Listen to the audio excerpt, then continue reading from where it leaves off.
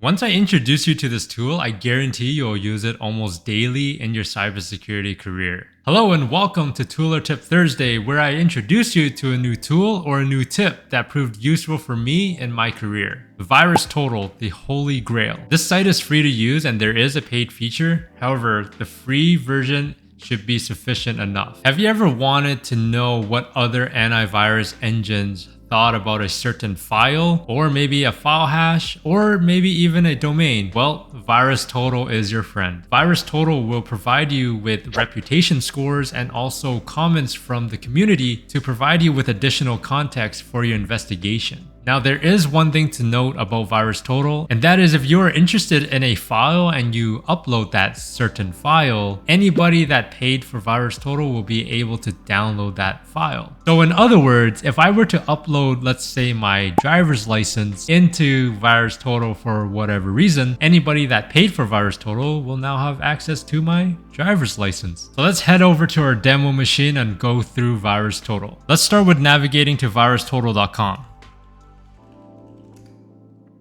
Once we're on that page, we are presented with three options: File, URL, and Search.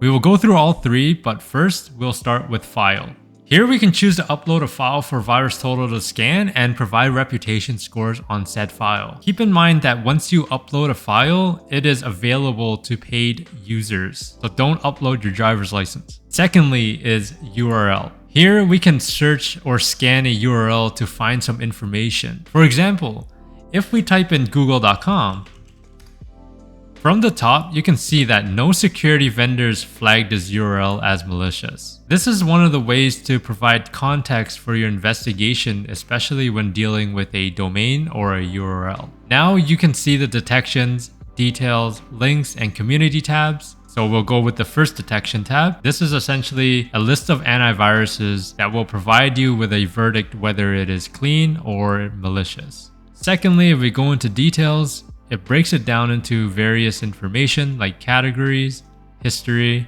responses, and also your IP address for that domain. And the cool thing, it also provides you with headers. The third one is links. This can provide you with additional context such as what kind of links exist. Also at the top, you can see the last analysis date.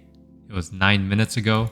So if you wanted to have a brand new analysis, you can click on reanalyze and VirusTotal will reanalyze that domain for you. And lastly, we can go into community. Community is essentially any signed up user can leave some comments for context to help you with your investigation. So we'll go back up, click on the VirusTotal icon, top left corner to bring us back to the home page. And the third is search. This is where we can search for URLs, IP addresses, domains, or file hash. So as an example, I'm going to insert this file hash here. And then we can see at the top left corner, 23 antivirus engines flagged this file as malicious. On the right, you can see last analysis date 3 months ago, and it appears to be an Android APK file. If you scroll all the way down, you can see some of the antivirus engines and what kind of signatures they flagged it with. For example, Alibaba flagged it as Trojan Android Banker. Scroll to the top, we can go into details, and it gives you your basic properties. So your MD5, SHA-1, SHA-256 hashes. Scrolling all the way down, you can get your history, Android information, and all that good stuff. If we scroll up, go into relations. This will essentially tell you what kind of URLs are related to this APK, what kind of domains were contacted, what kind of IPs were contacted. Again, this all provides you with additional context for your investigation. Go into behavior. When we click on that, we get MITRE attack tactics and techniques, and then you can see some of the information here. Performs DNS lookups, posts data to web server. Lastly, we'll go into community.